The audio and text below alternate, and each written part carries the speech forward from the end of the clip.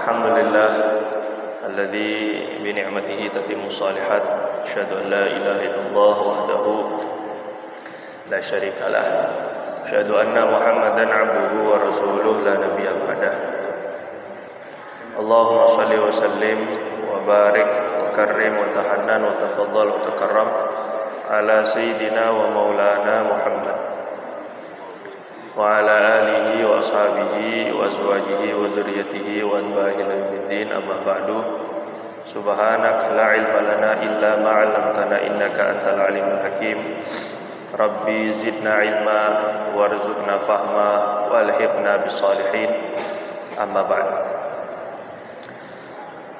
Hadis ke-8,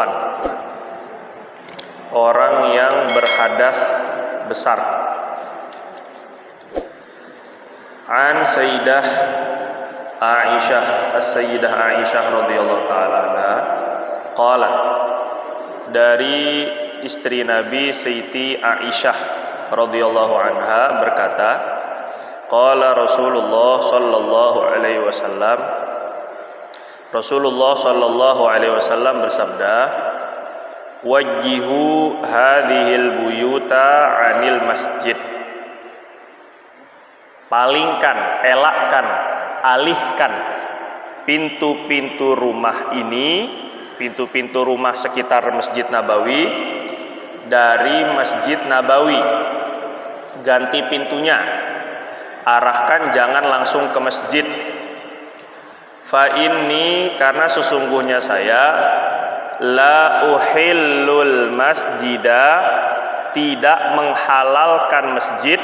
Saya, kata Nabi, tidak menghalalkan masjid lihaidin wala junub, untuk wanita yang haid dan lelaki yang junub, atau orang yang junub, laki maupun perempuan. Dal riwayat Abu Daud, riwayat Ibnu Majah, dan riwayat Tabarani dalam Al-Mu'jamul Kabir. Allah Subhanahu wa taala mengagungkan masjid itu menjadi menisbahkan kepada dirinya. Allah Subhanahu wa taala menjadikan masjid, menganggap sebagai rumahnya. Padahal Allah nggak perlu rumah. Dalam Al-Quran surat Jin Allah bilang, wa annal masajida lillah fala tad'u ma'allahi ahada. Masjid-masjid itu milik Allah. Padahal semua dunia, langit dengan isi-isinya juga milik Allah. Tapi ini disandarkan kepada Allah agar masjid ini ada keagungan Allah di dalamnya. Agar ketika kita masuk masjid, itu yang dimasukkan dalam hati kita ini kebesaran Allah. Sehingga mengagungkan sesuatu yang Allah anggap sebagai rumahnya. Sebagaimana kita mengagungkan Ka'bah, Baitullah.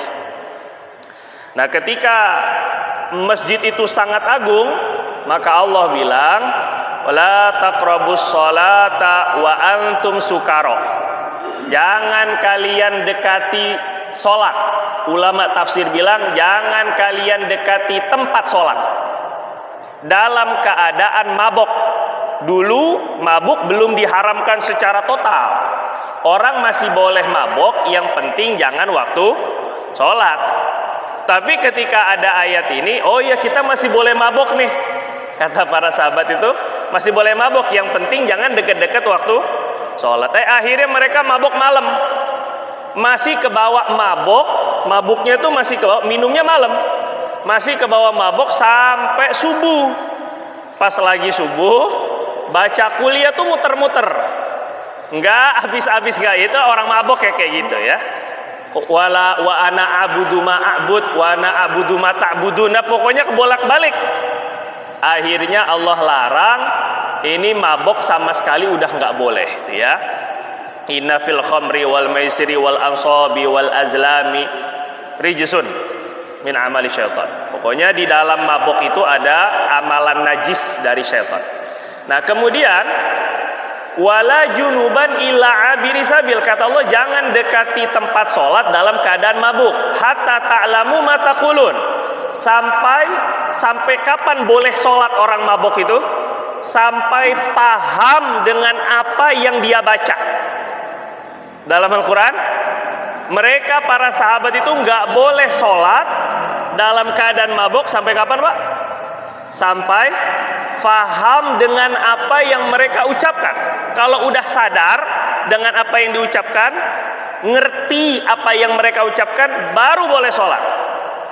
Cuman ironisnya, ini sebagian ulama bilang ironisnya kita umat muslim sholat kayak orang mabok.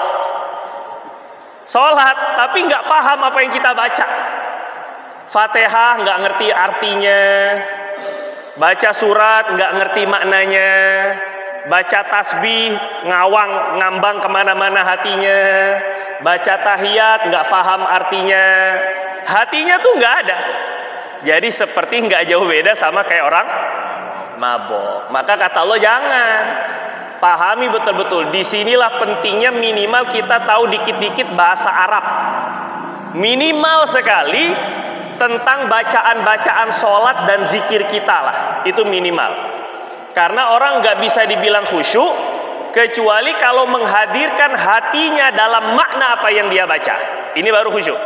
Bisa khusyuk tuh kalau menghadirkan makna. Makanya Imam Al-Qalyubi sama Imam Al-Umairah, dua ulama besar dalam mazhab Imam Syafi'i, mensyaratkan zikir itu bisa dapat pahala kalau paham maknanya. Ini kata beliau, ini bukan fatwa saya ini. Kalau Quran paham nggak paham, kita baca dapat pahala. Tapi kalau zikir kita harus paham maknanya, walaupun makna secara global. Subhanallah pokoknya artinya Maha Suci Allah. Alhamdulillah artinya segala puji bagi Allah. Nah, ini pentingnya belajar makanya ya Pak ya. Jadi hari ini kita kalau seandainya nggak bisa bahasa Inggris, anak misalnya nggak bisa bahasa Inggris, oh nanti gimana kerjanya, nanti gimana berhubungan dengan manusia, bagaimana nanti dengan dunia internasional. Tapi nggak ada yang merasa bersalah saat ketika anak-anaknya nggak paham dengan bahasa wahyu, bukan bahasa Pak Wahyu ini ya, yang jelas ya, dengan bahasa yang dipilih Allah untuk nabinya dan untuk Qur'annya. Inna anzalnahu Qur'anan Arabiyya. Kami pilih tuh dari sekian juta banyak bahasa, kami pilih bahasa Arab. Terus kita nggak merasa bersalah karena kalau bahasa Inggris kalau nggak lulus nanti nggak, kalau nggak bagus nilainya nanti nggak bisa masuk universitas perguruan ternama, ataupun nanti kerjanya susah.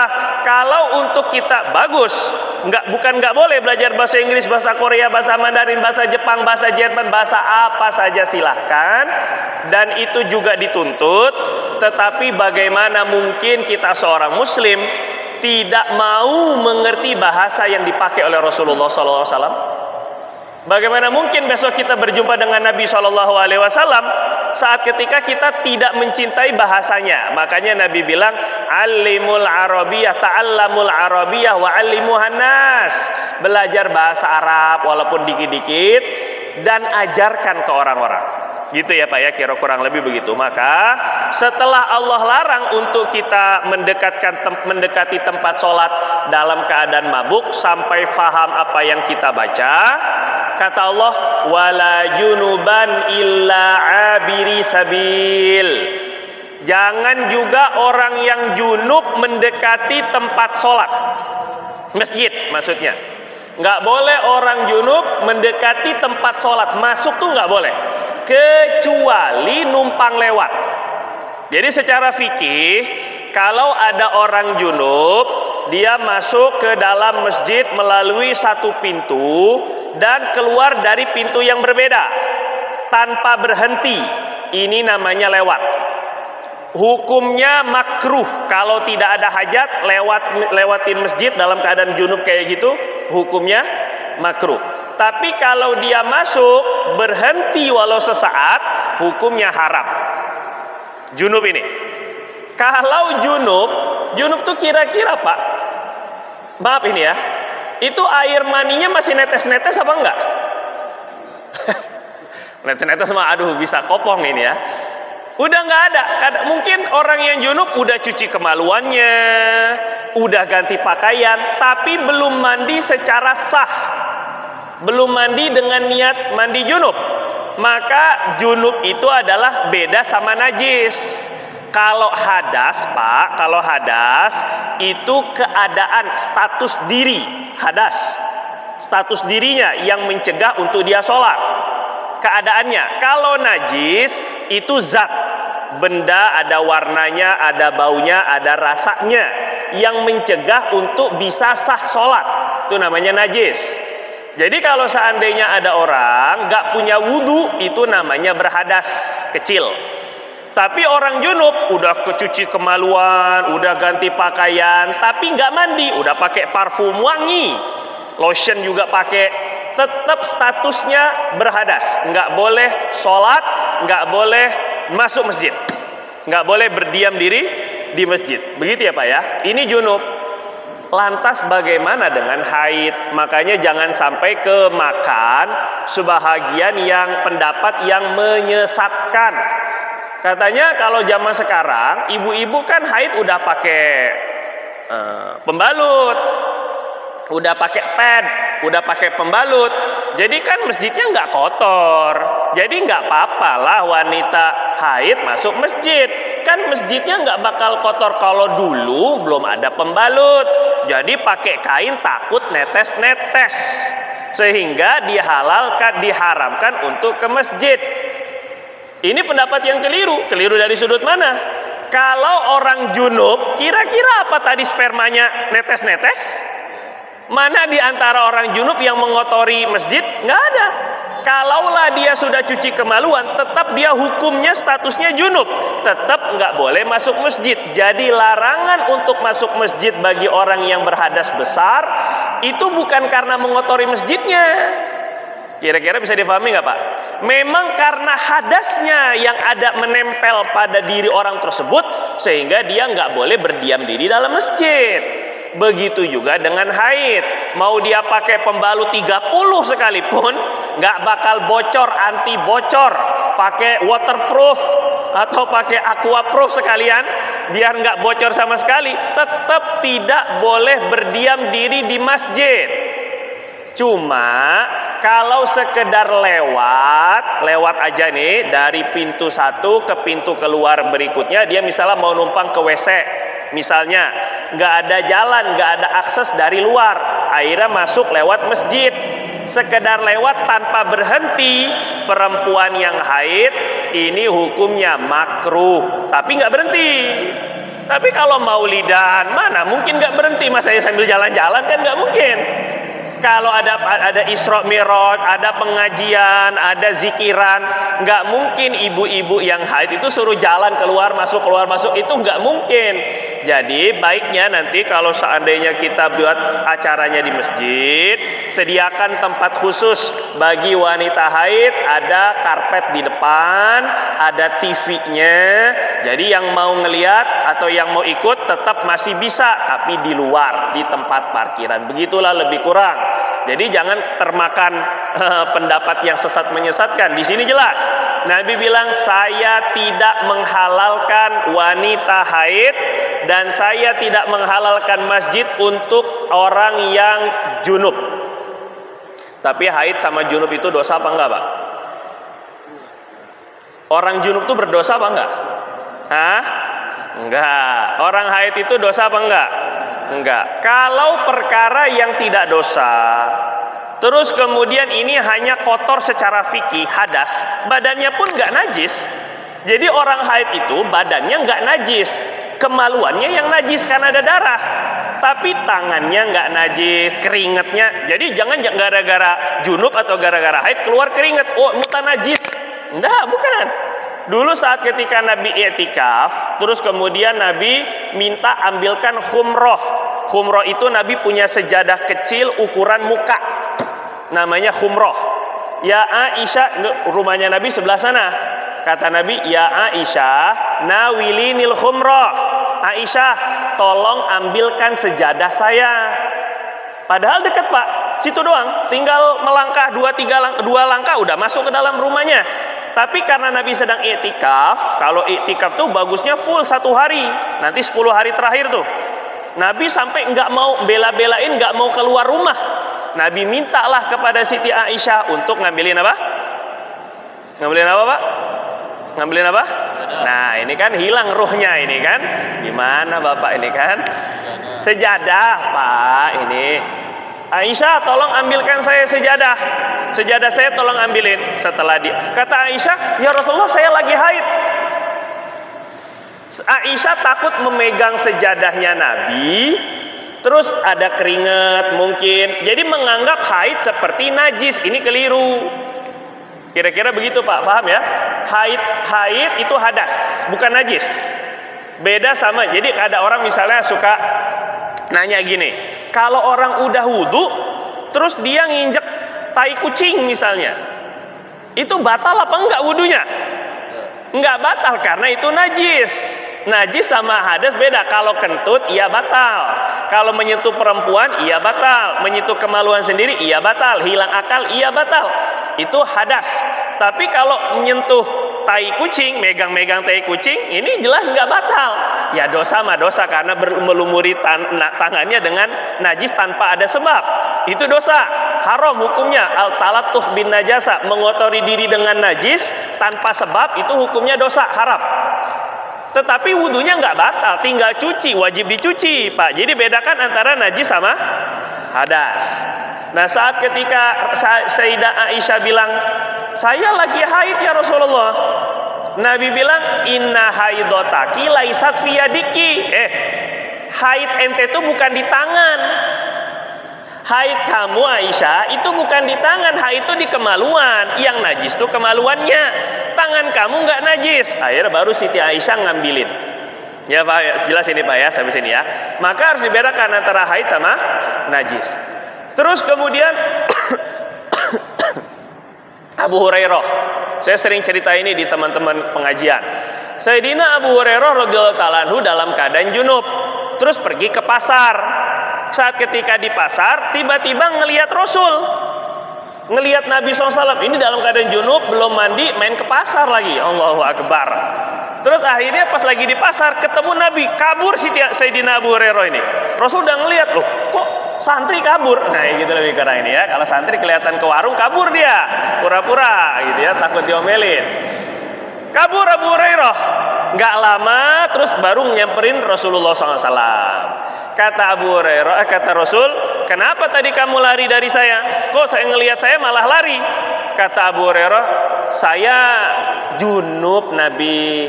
Jadi saya takut menyalami engkau, menjabat tangan engkau dalam keadaan saya junub." Ini adab ini Pak. Adab murid ke guru. Adabnya ke kiai.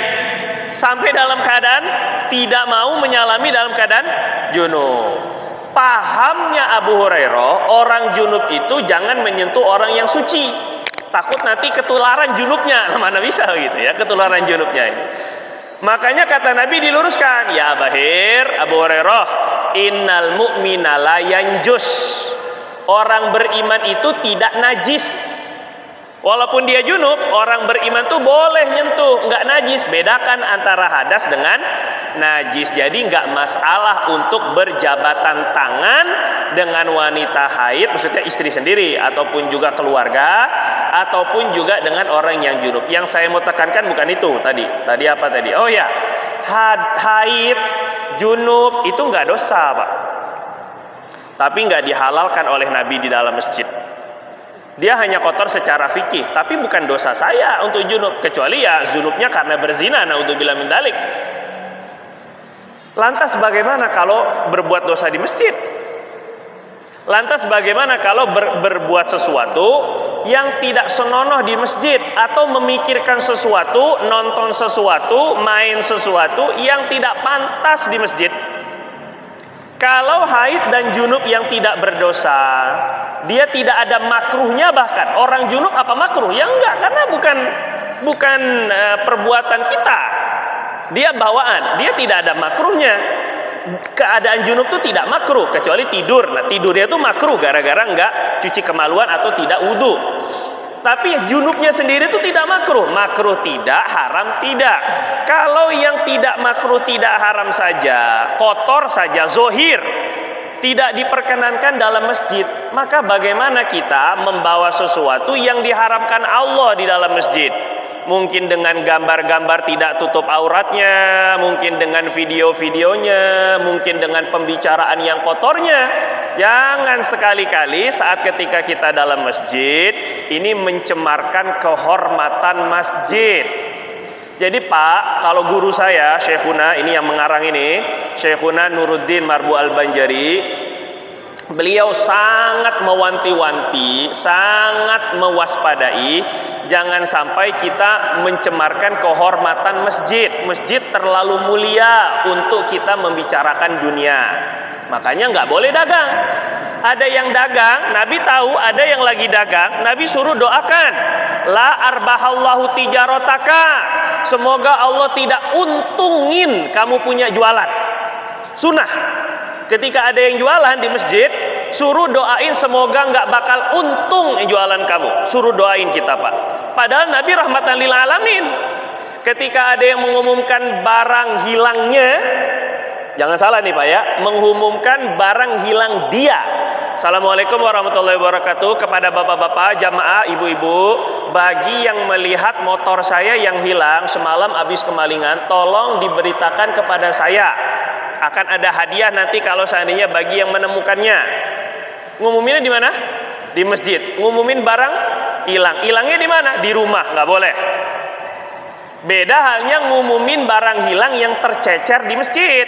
Ini sunnah. Jangan salah, jangan dibolak-balik ini Pak ya. Yang nggak boleh itu ngumumin barang hilang kita. Yang hilangnya itu pun bukan di masjid. Kalau hilangnya di masjid, yang ngumuminnya di masjid. Masa yang hilang di masjid di mall ngumuminnya? Nggak mungkin. Jadi ketika hilang di masjid boleh. Tetapi baiknya jangan di dalam, di luar masjid. Kalaulah hilang di masjid, ngumuminnya di luar masjid. Ditempel tulisan mungkin, itu nggak masalah. Tapi kalau diumumkan, Nabi suruh mendoakan.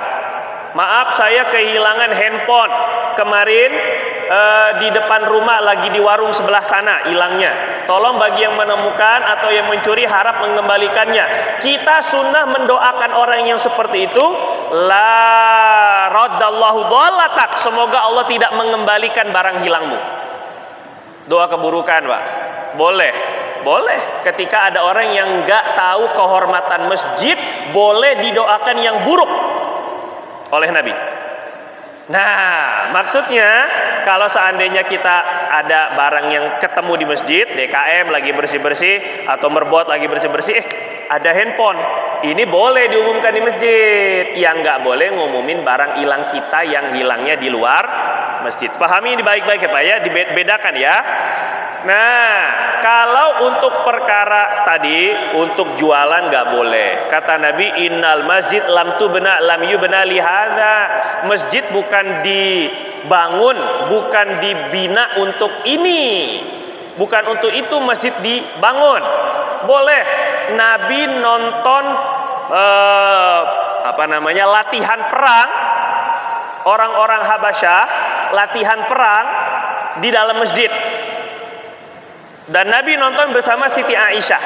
Siti Aisyah menyender di bahunya sini. Dan ini riwayat Bukhari. Nonton berdua sama istri, pernah Nabi lakukan. Gitu ya. Asal nonton jangan nonton yang macam-macam ini ya. Nontonnya nonton tadi. Rasulullah suruh nonton. Kata Aisyah, kata Rasul, udah puas belum Aisyah? Sudah ya Rasulullah, baru pulang. Baru masuk ke dalam rumah. Jadi di masjid ketika dulu ternyata ada yang dirawat di masjid. Ada yang latihan perang, latihan bela diri di masjid. Ada yang dirawat ketika sakit di masjid. Ada yang tidur di masjid. Boleh. Tidur di masjid nggak dilarang Pak. Bukan haram, bukan haram, bukan makruh. Tapi dijaga kebersihannya, kerapiannya. Jangan ngiler sembarangan, la ilaha illallah. Nggak boleh. Atau tidur di sop yang pertama, di tempat imam lagi, mentang-mentang deket kipas. Nggak boleh. Tidurnya di belakang, jaga kebersihan, pakai bantal atau pakai apa biar kalau ngiler tuh nggak ketahuan. Kalau bisa pakai alas bawahnya biar keringat kita tuh nggak nempel di sejadah jadi bau. Nah, jadi penting. Ada yang tidur di masjid, namanya al-ashabus sufah, itu seperti pernah saya sampaikan. Jadi tetamu, ada juga yang di masjid. Jadi hal-hal yang berkaitan dengan agama, walaupun itu tidur untuk itikaf, Ya jelas boleh untuk di masjid. Latihan perang untuk jihad, boleh di masjid. Ataupun juga dengan makan dan minumnya, sampai Nabi mengikat tawanan perang tuh di tiang-tiang masjid. Sumamah bin Utsal radhiyallahu taala anhu dulu sebelum masuk Islam kena ketangkap sama Nabi, diikat di tiang-tiang masjid. Jadi Nabi itu nggak punya penjara. Nabi ada minta atau minjem rumah dekat masjid. Ada rumah dekat masjid milik seorang nenek-nenek, nggak dipakai. Akhirnya sama Nabi dipakailah untuk meletakkan atau menjarakan tawanan-tawanan perang. Mereka-mereka yang kalah perang terus jadi tawanan, ketangkep, ditaruhnya di rumah itu. Tapi kalau pagi mereka diikat di tiang masjid. Padahal kafir, Pak. Makanya sampai dalam fikih, boleh nggak orang kafir itu masuk masjid? Boleh jika diharapkan keislamannya. Mungkin dengan masuk masjid dia dengar pengajian, itu yang diinginkan Rasul. Nabi ingin mereka ini tahu Islam sebenarnya tuh ngajarin apa sebenarnya. Makanya diikatnya di tiang masjid. Sampai mereka melihat sendiri, oh sholatnya bagus, sesama mereka saling kasih mengasihi. Kemudian juga ajaran yang diajarkan Nabi, yang diajarkan di pengajian-pengajiannya semuanya bagus. Baru paham. Kadang-kadang orang memusuhi sesuatu karena dia tidak mengerti apa yang dia musuhi. An-nasu a'da'u ma jahilu. Seseorang itu memusuhi apa yang dia tidak tahu. Dikira radikal, dikira ekstrim, dikira fundamentalis, macam-macam. Padahal nggak tahu isi yang di dalamnya itu seperti apa. Maka saat ketika waktunya makan, itu tawanan-tawanan perang disuapin sama sahabat. Makan bareng satu nampan. Gimana hati mereka tidak terenyuh? La ilaha illallah. Yang tadinya mau ngebunuh, yang tadinya perang, yang tadinya saya udah menyakiti dia, sudah membunuh teman-temannya, ternyata masih mau ngasih makan, disuapin lagi. Allahu Akbar. Maka mereka banyak yang masuk Islam dengan kegiatan dan juga dengan ditawan di masjid semacam itu. Nah, yang saya maksud adalah, tolong kalau seandainya Bapak mau jual beli nanti jangan di masjid, makruh hukumnya. Walaupun jual beli online, keluar dulu Shopee-nya, Tokopedia-nya, atau Bukalapaknya, buka tokonya, buka warungnya semua di luar masjid, baru bisa. Kalau mau ngobrolin tentang bisnis pun keluar dulu. Apalagi kalau sesuatu yang sifatnya lalai. Nonton, kadang-kadang nontonnya ceramah, tapi iklannya la ilaha illallah. YouTube-nya la ilaha illallah, iklannya iya memang nontonnya ceramah, cuman selingannya itu ada yang joget-joget apa sih. Enggak patut untuk di masjid. Tolonglah kita buat ada kesensitifan kita selama ada di masjid. Saat ketika di masjid, ini pantas enggak nih di rumah Allah nih kira-kira? Wa may yu'azzim sya'airallah fa innaha min taqwal qulub. Siapa yang mengagungkan syiar-syiar agama Allah, simbol-simbol agama Allah, itu tanda hatinya bertakwa. Jadi kalau seandainya nggak tahu menahu di masjidnya, ya malah main catur, ataupun kalau bisa bahkan difatwakan Syekh Ismail Usman Zain, guru daripada gurunya Syekh Nuruddin, beliau berfatwa merokok dalam masjid hukumnya haram. Kalaulah kita ikut pendapat merokok yang mengatakan makruh, jangan di masjid. Karena mengganggu. Orang yang bau, ini ada pada masjid nih maksud saya nih, bagaimana masjid itu agung di hati kita gitu loh Pak. Orang yang bau mulut bawang, padahal bawang nggak membahayakan siapapun. Kalaulah bau, ya hanya mengganggu hidung aja, tapi nggak mengganggu pernapasan. Itu pun sama Nabi ketika ada yang makan bawang mentah, Nabi cium, wow ini bawang mentah, dia makan bawang mentah. Apalagi orang-orang Arab, Pakistan itu kalau makan bawang ya Ji, la ilaha illallah, mentah-mentah pun banyak diseret sama Nabi, dibawa pegang tangannya sama Nabi, dibawa sampai pekuburan Baki. Dah ente di sini di kuburan tempatnya. Innalillahi wa inna ilaihi raji'un. Jadi ini bau bawang. Ternyata kata Nabi, innal malaikata tata'adza mimma yata'adza minhu banu Adam. Sesungguhnya malaikat-malaikat di sini terganggu sebagaimana orang-orang terganggu dengan bau mulut bawang, jengkol, petai, dan sebagainya. Yang semisal itulah pokoknya. Kalau bisa hilangkan betul. Kalau habis ngerokok pun, kalaulah ini mengambil yang makruh, habis ngerokok pun sikat gigi sampai nggak bau. Jadi ini penting Pak, bukan masalah mengganggu orang atau tidak, tapi kehormatan masjid. Innal masajid buyutullah fil ardi, kata Nabi, sesungguhnya masjid-masjid itu adalah rumah-rumah Allah di bumi. Fahakun alal mazur ayukrima zairah. Maka layak bagi Allah, siapa yang jadi tamu Allah akan Allah kasih jamuan. Entah jamuannya itu dengan pengabulan doa, entah dengan surganya, entah dengan penghapusan dosa, entah dengan keluarga sakinah mawaddah warahmah. Kita yang jadi tamu Allah di masjid, maka harus sopan di rumah orang. Begitulah lebih kurang. Jadi jangan sampai kalau bisa mainan gamenya jangan di masjid. Usahakan betul kalau main game di luar aja. Kalaulah mau hal-hal yang melalaikan, nonton film misalnya, nonton drakornya, sinetronnya, macam-macam anime, keluar, jangan di masjid. Kita khawatir takut Allah marah saat ketika kita mencemarkan kehormatan masjid. Ini yang kita bisa ambil dari pelajaran haid dan junub. Ada pertanyaan Pak, silakan. Ada? Ya, silakan Pak. Oh, sekarang pakai mic, woi. Kayak di TV. TV Al Ihsan ya kan?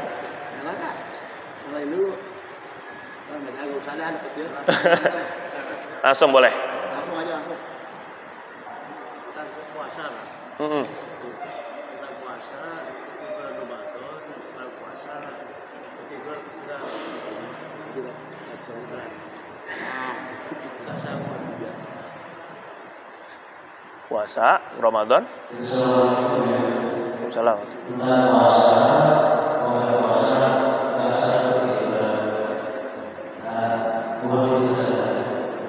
Apanya yang ditanyain?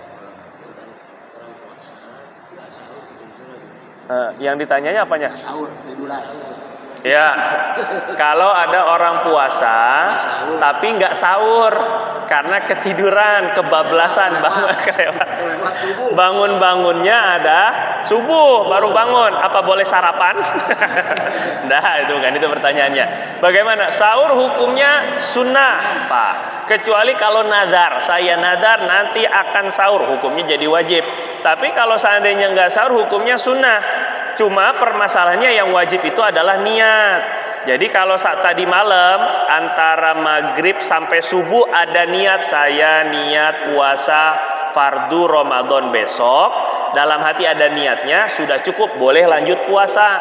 Tapi kalau seandainya nggak niat, biasanya kabur ketika taraweh belum selesai atau witir belum selesai udah kabur, itu biasanya lupa niat. Akhirnya tidur kebablasan sampai subuh. Nggak niat malamnya. Maka wajib tidak makan, tidak minum, wajib. Kalau dia sarapan hukumnya haram. Tapi hari itu karena nggak niat, wajib diulang lagi nanti puasa Ramadannya, wajib diqodho, wajib dibayar, dilunasi karena nggak niat malamnya, ya Pak ya. Jadi ketika selesai Syawal, selesai Lebaran, wajib diqodho. Tapi kalau sekedar nggak sahur, tapi udah niat, nggak masalah puasanya.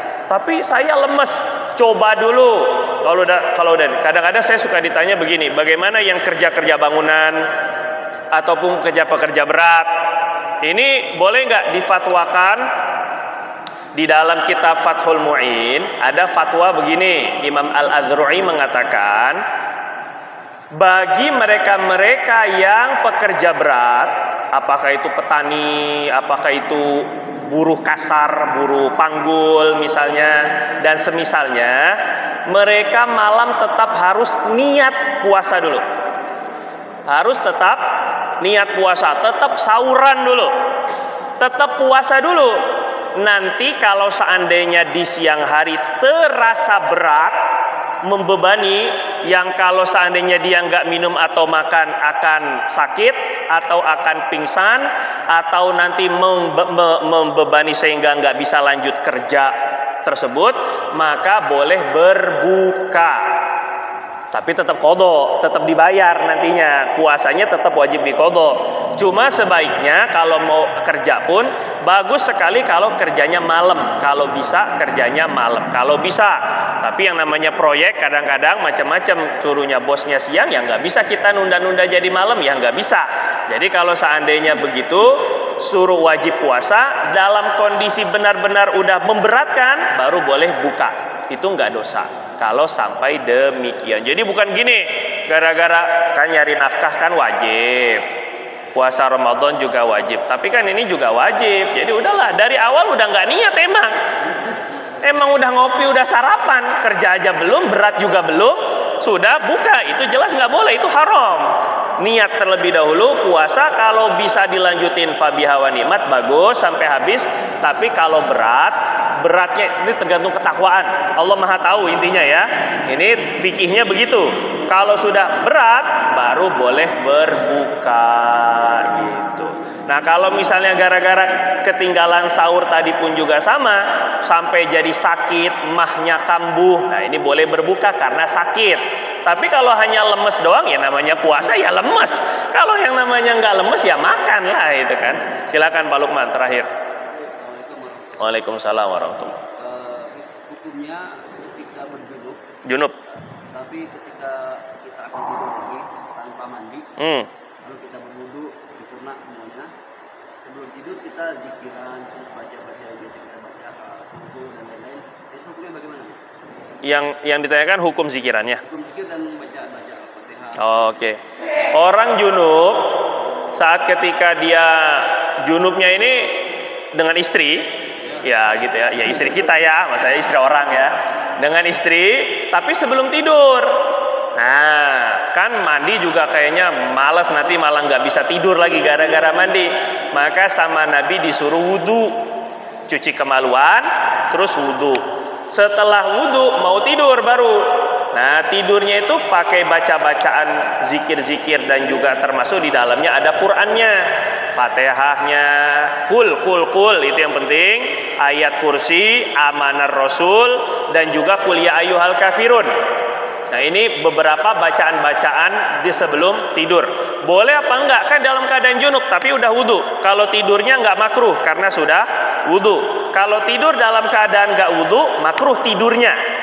Tapi kalau bacaan Qur'annya, nah ini untuk bacaan Qur'an bagi orang junub hukumnya haram. Terus gimana itu? Tapi itu kan kalau zikirnya enggak masalah zikirnya. Tapi kalau untuk yang bacaan-bacaan Quran seperti kul, ini bacaannya satu surat sempurna. Dia bukan bacaan zikir. Bacaan zikir itu gini, seperti Bismillahirrahmanirrahim. Dia ayat Quran, tapi juga zikir. Gitu ya, ayat Quran yang mengandung makna zikir. Seperti Alhamdulillahirabbil alamin.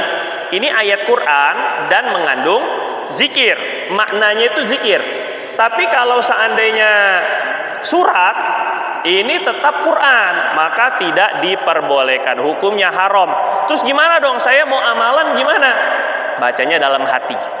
Kalau untuk yang Quran, bacanya dalam hati. Jadi amanat Rasulnya, ayat kursinya itu dibacanya di dalam hati. Memang ada pendapat yang kedua, ini saya nggak menafikan, ada pendapat yang kedua, zikir-zikir seperti ayat kursi, amanat Rasul, kul itu Quran seperti ayat kursi, amanat Rasul dengan 3 yang kul itu, ada sebagian ulama yang menganggap bisa dianggap zikir sehingga orang junub dan haid pun boleh membacanya. Wallahu taala alam bisawab. Subhanakallahumma bihamdika asyhadu an la ilaha illa anta nastaghfiruka wa natubu ilaik. Assalamualaikum warahmatullahi wabarakatuh.